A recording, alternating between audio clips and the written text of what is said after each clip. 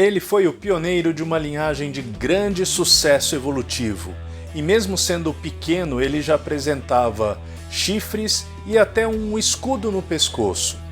Essas são duas características muito importantes para identificar os seus parentes mais próximos. E aí, de quem que eu estou falando? Como assim? É do Protoceratops, isso mesmo! Bora lá então conhecer esse ilustre desconhecido. Roda a vinheta!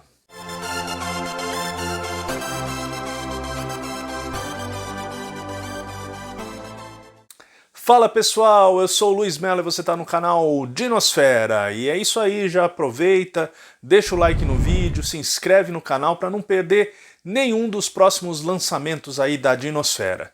E peraí, você está com um tempo livre agora? Então aproveita e maratona aí os vídeos da Dinosfera que você não vai se arrepender, tá bom? Então, sem mais delongas, bora pro vídeo!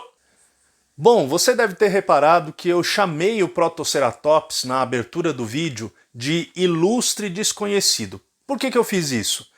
É pelo simples fato de que quando a gente pergunta sobre dinossauros para as pessoas de uma maneira geral, dificilmente elas se lembram de citar o Protoceratops. E provavelmente isso é porque ele não tinha nenhuma daquelas características impressionantes que normalmente a gente associa aos dinossauros, como por exemplo uma grande altura, um grande comprimento, ou dentes incríveis e garras terríveis. Bom, então deixa eu apresentar esse dinossauro para vocês. Vamos começar pelo nome, pelo básico. Então, Protoceratops é a união aí de três palavras ou de três significados. Então, proto seria primeiro ou primitivo, ceratus diz respeito ao chifre e ops, né, seria uma referência aí à face. Então, juntando tudo, seria a primeira face com chifres. E essa é realmente uma característica interessante desse animal, embora o chifre não esteja muito desenvolvido, né? E talvez esse Protoceratops seja o representante principal, o mais conhecido do seu grupo, que é a família Protoceratopsidae. Isso mesmo. Esse grupo contém dinossauros com chifre, que já começam a apresentar essa característica, e bem menores do que os seus parentes mais próximos, que são os ceratopsídeos, grupo ao qual pertence, por exemplo, o famosíssimo Triceratops, né? E os estudiosos acreditam que cerca aí de 20 milhões de anos antes do Protoceratops existir, um ancestral dele, que viveu na Ásia, teria então uma parte desse ancestral teria migrado para a América e lá na América se desenvolvido naquelas condições e então dado origem ao grupo mais famoso que são os ceratopsídeos. O Triceratops, como eu falei agora há pouco, entre tantos outros. Bom, então vamos lá. Essa espécie foi inicialmente descrita em 1923 por Walter Granger e William Gregory. E eles coletaram esses fósseis lá na Mongólia, lá na Ásia, né? E toda a descrição inicial foi feita a partir de fósseis muito bem preservados e encontrados nesses locais. Hoje em dia, então, são conhecidas duas espécies de Protoceratops, sendo que a mais antiga, descrita primeiro, é a Protoceratops andriusi e a segunda é a Protoceratops helenicorrinus, que foi descrita em 2001. E uma característica principal aí para diferenciar as duas é o tamanho do animal, sendo que a segunda espécie tinha animais um pouco maiores do que na primeira espécie. Mas não para por aí. Havia diferenças também relacionadas ao escudo atrás da cabeça, né, o escudo do pescoço, que havia diferenças de uma espécie para outra, e também alguns pequenos chifres que eles tinham aqui na face, que eram mais pronunciados, mais desenvolvidos na segunda espécie do que na primeira. E o Protoceratops viveu durante o Cretáceo Superior, chegando já quase no final desse período da Era Mesozoica. Lá mais ou menos entre 75 e 71 milhões de anos, na região onde hoje nós conhecemos a Mongólia. Então lá na Ásia foi o habitat, a região ocupada por esse incrível dinossauro.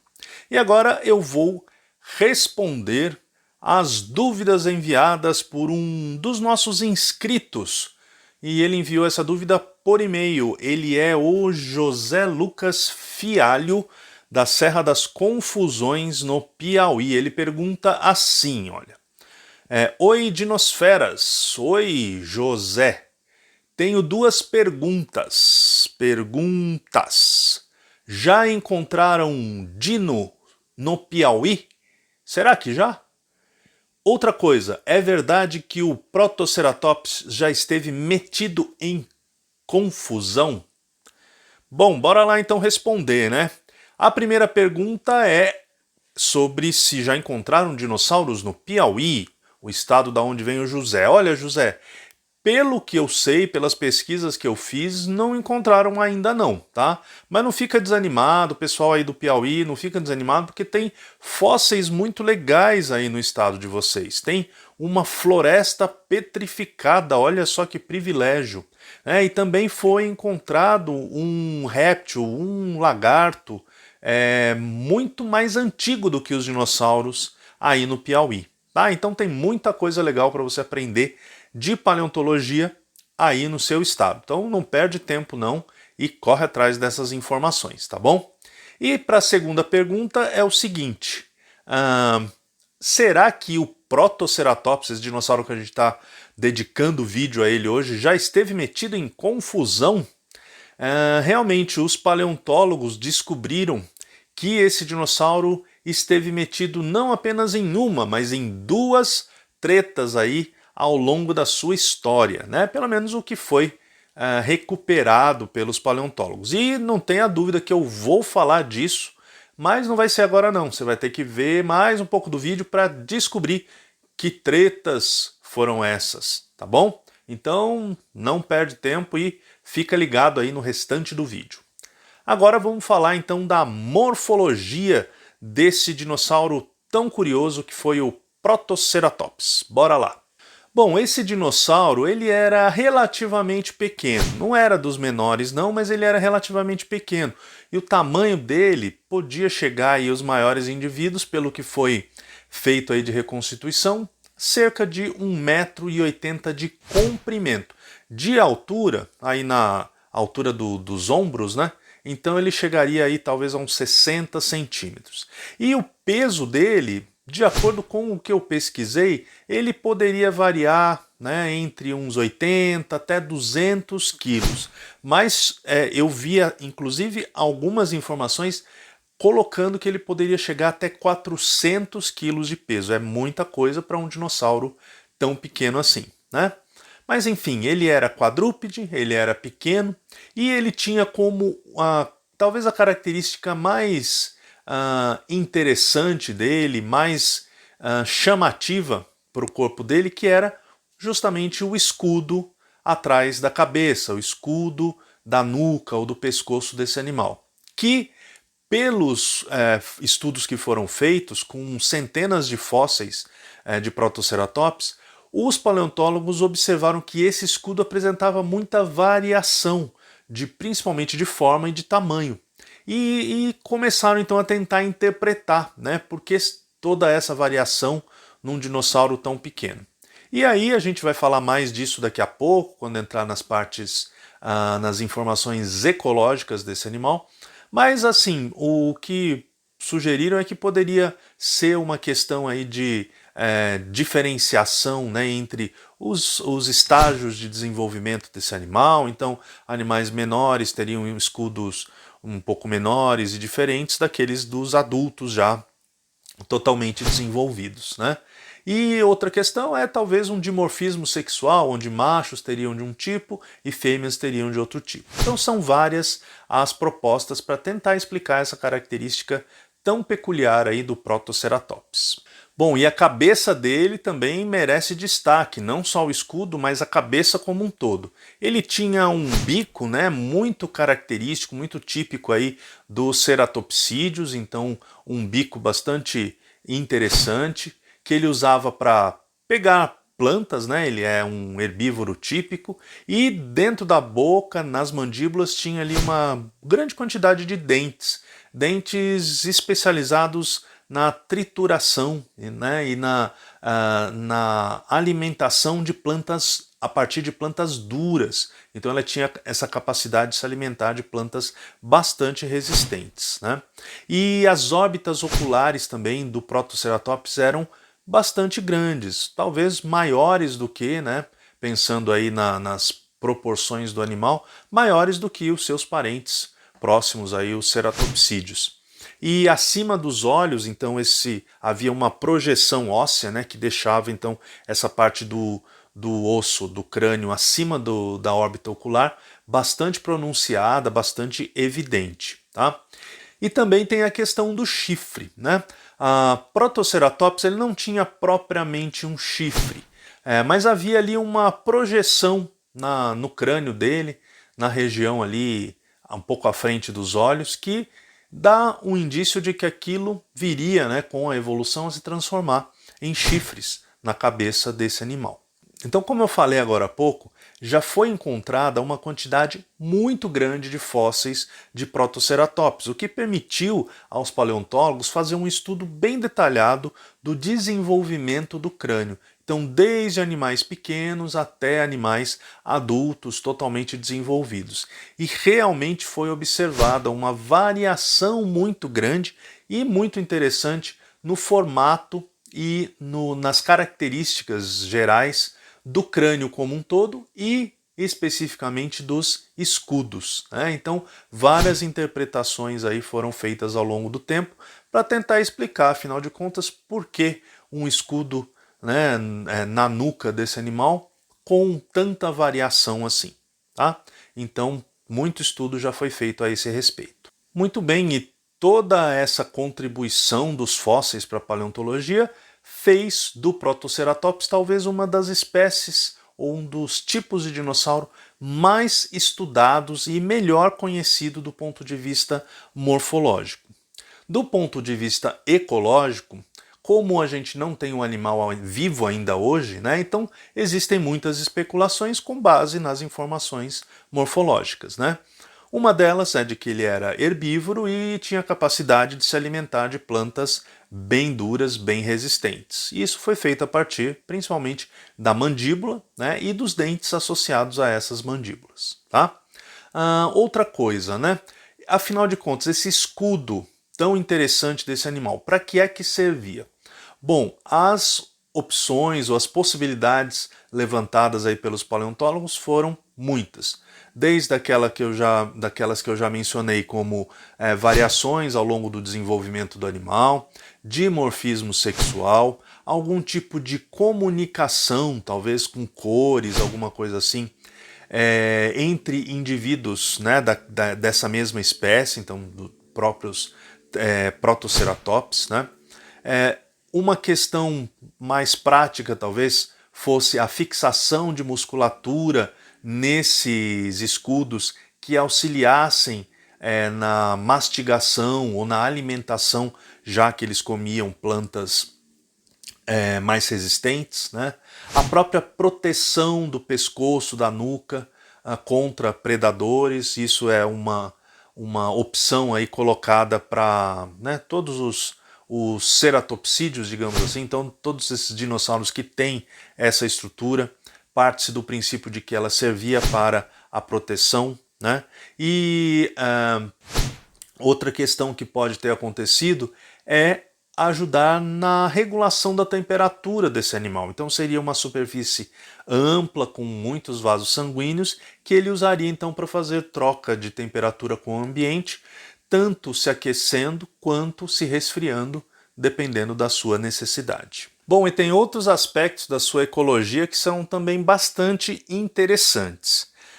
Já foram encontrados localidades, né, com uma grande quantidade de fósseis de Protoceratops juntos ou próximos. Né?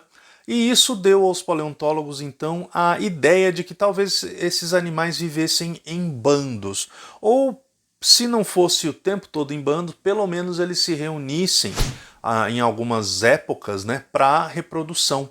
Então fazer ali uma grande região com ninhos, né, próximos a lagos, próximos a rios, onde tivesse acesso ali à vegetação, à água, e onde eles pudessem então se reproduzir e criar os filhotes ali nos primeiros momentos depois de sair do ovo, né? Então essa é uma característica que talvez tenha feito parte aí do dia a dia dos protoceratops, tá? E outra questão é com relação às órbitas oculares, que, como eu disse na parte da morfologia, são órbitas muito grandes proporcionalmente, né, a outros ceratopsídeos. Isso de cara deu para os paleontólogos ou os estudiosos do Protoceratops a ideia de que eles teriam olhos grandes e, portanto, olho grande estaria associado a um hábito noturno, né? Só que estudos posteriores acabaram mostrando alguma coisa diferente disso. Então foram feitas comparações com outros répteis atuais e com aves também, que existem hoje em dia, que têm essa característica de órbitas oculares grandes e olhos grandes. Só que esses animais não mostraram necessariamente um hábito noturno.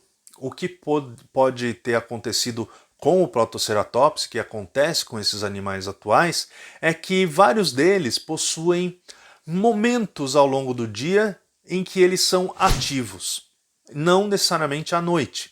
Então eles sairiam para fazer as suas necessidades de se alimentar, de andar, procurar água, essa coisa toda, interagir com outros indivíduos da espécie, aí teria um momento de descanso. Depois desse momento de descanso, voltaria o momento de atividade, interação, essa coisa toda, e seria assim ao longo do dia, intercalando momentos de descanso e momentos de atividade. Bom, e chegou o momento então tão esperado de falar das confusões, das tretas envolvendo o Protoceratops. Então vamos lá para a primeira. É uma história um pouquinho longa, então se prepara aí. Então é mais ou menos assim.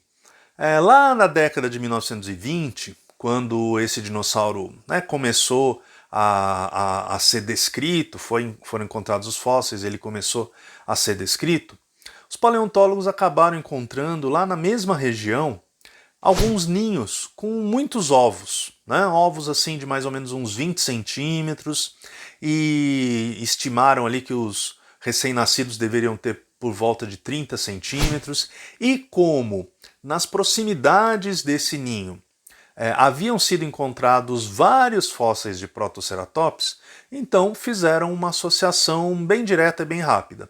Os ovos deveriam pertencer ao Protoceratops.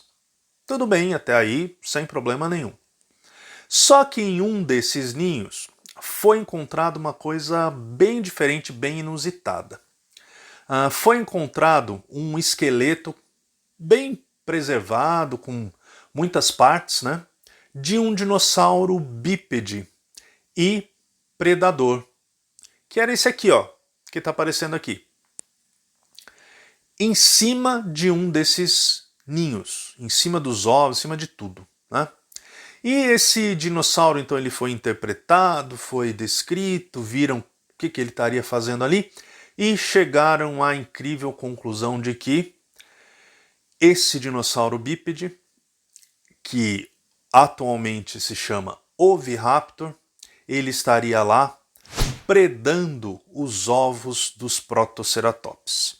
Então ele estaria ali, foi pego, né? Foi morto no ato ali, com a boca na botija, então em cima do ninho que ele estava predando. E inclusive esse fato deu origem ao nome desse dinossauro bípede. Oviraptor significa ladrão de ovos, né? Qual não foi a surpresa dos paleontólogos quando, mais tarde, com novas tecnologias, a coisa toda, foi identificado um embrião dentro de um desses ovos, tantos ovos que foram descobertos aí na década de 20.